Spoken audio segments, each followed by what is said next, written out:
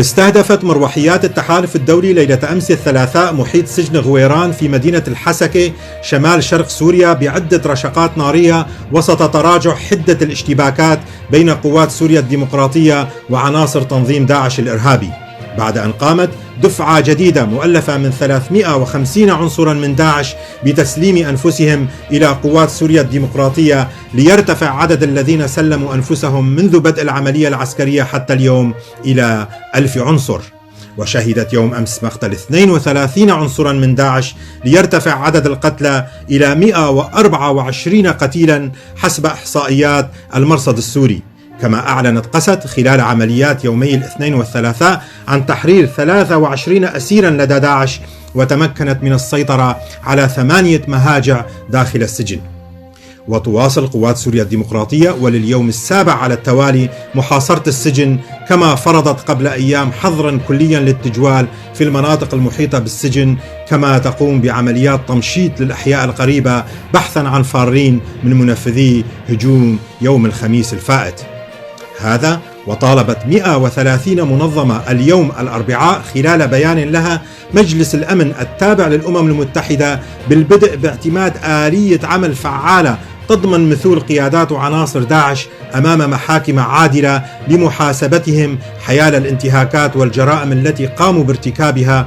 كما طالبت التحالف الدولي والإدارة الذاتية والمنظمات الإنسانية الدولية بالتحرك بشكل عاجل لاتخاذ سلسلة من الخطوات الإسعافية من أجل تحسين وضع النازحين داخليا وضمان عودتهم إلى مكان سكنهم الأصلي بعد انتهاء العمليات العسكرية، وتعزيز أمن وحماية المرافق والسجون التي تحوي مقاتلي تنظيم داعش وفق المعايير الدولية إلى حين تقديمهم لمحاكمات عادلة، والضغط مجددا على الدول لإعادة مواطنيها من مقاتلي التنظيم وعائلاتهم. وفي سياق متصل، استهدف مسلحون ينتمون إلى تنظيم داعش في بلدة ذيبان التي تبعد 50 كيلومترا عن مدينة دير الزور شرقي سوريا بالرشاشات والقذائف الصاروخية مقرا عسكريا لقوات سوريا الديمقراطية التي اشتبكت مع عناصر التنظيم وأجبرتهم على الانسحاب دون تسجيل إصابات في صفوف قسد. كما أعلن الحشد الشعبي في العراق عن قيام قوة سنجار ضمن قيادة عمليات نينوى في هيئة الحشد الشعبي عن إحباط محاولة تسلل لعناصر داعش في جنوب سنجار، وأجبرتهم على الفرار إلى مكان مجهول.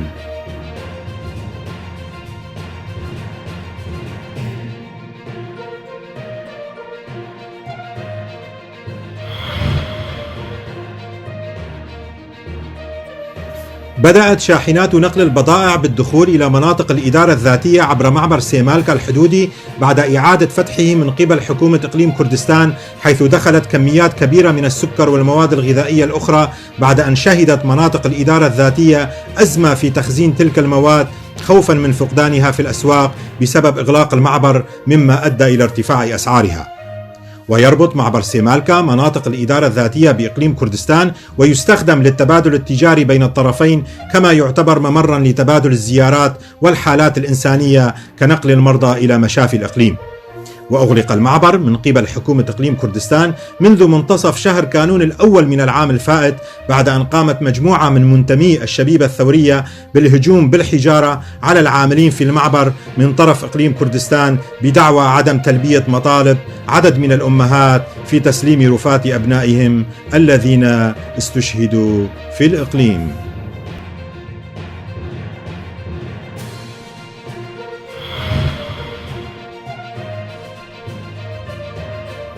مثلت شابة ألمانية سافرت إلى سوريا عندما كانت تبلغ من العمر 15 عاما أمام محكمة في شرق ألمانيا لمحاكمتها بتهم المساعدة والتحريض على ارتكاب جرائم ضد الإنسانية.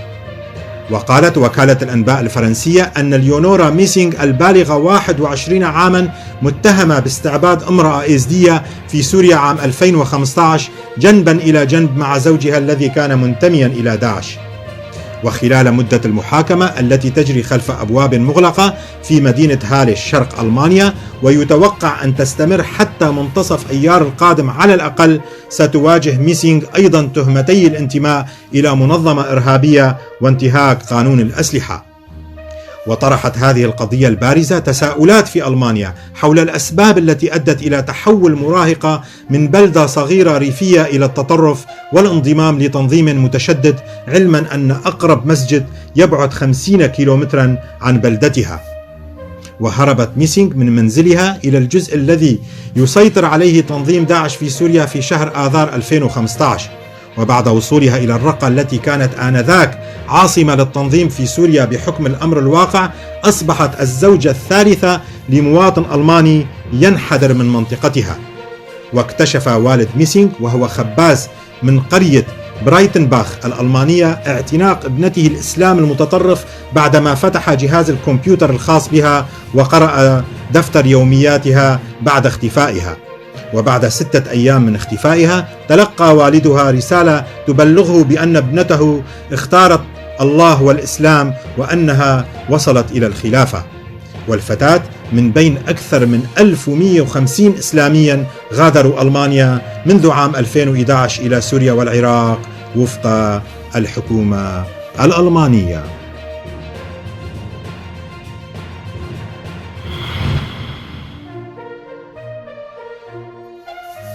شهد مطار اسطنبول الدولي احتجاجات من مسافرين من جنسيات مختلفة مطالبين بتأمين فنادق لهم بعد إلغاء رحلاتهم الجوية بسبب الثلوج. وتسبب تساقط الثلوج بكثافة ورداءة الطقس إلى توقف حركة المرور في مدينة اسطنبول وتوقف الرحلات الجوية في مطار اسطنبول لساعات. وأعلنت المديرية العامة للطيران المدني في تركيا عن بدء تسيير الرحلات الجوية في مطار اسطنبول الدولي عبر مدرج واحد بعد إغلاق لساعات بسبب كثافة الثلوج.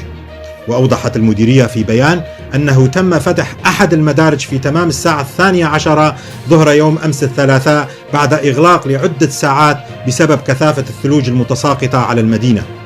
وقال المدير العام للمؤسسة حسين كسكين في تغريدة: نظرا لاستمرار الظروف الجوية السيئة لن يكون هناك هبوط وإقلاع للطائرات على مدارج مطار اسطنبول، والإغلاق سيستمر حتى الساعة 1 يوم 25 كانون الثاني الجاري.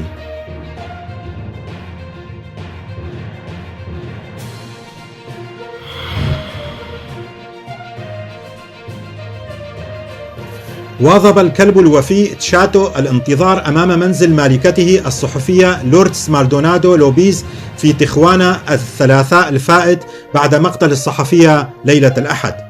وبادرت بعض السيدات إلى إحضار الطعام إلى المنطقة المطوقة، حيث يقبع الكلب متأهبا ومترقبا قدوم صاحبته المغدورة، كما بدت سيارة شرطة متوقفة عند ممر المنزل حيث وقعت جريمة القتل. وكانت قد أعلنت وسائل الإعلام عن مقتل مالدونادو بالرصاص في وقت متأخر من ليلة الأحد أثناء مغادرتها منزلها بعد دقائق من رحيل دورية للشرطة التي كانت تعمل على حراسة منزلها. وكانت الصحفية تخضع لبرنامج تأمين السلامة للصحفيين بعد أن كسبت الدعوى القضائية مؤخرا ضد الحاكم السابق خايمي بونيلا، حيث سبق وطلبت من الرئيس المكسيكي أندرياس مانويل لوبيس أوبرادورو المساعدة بعد تلقيها تهديدات مزعومة بالقتل ترتبط بنزاعها مع بونيلا حسب التقارير الواردة.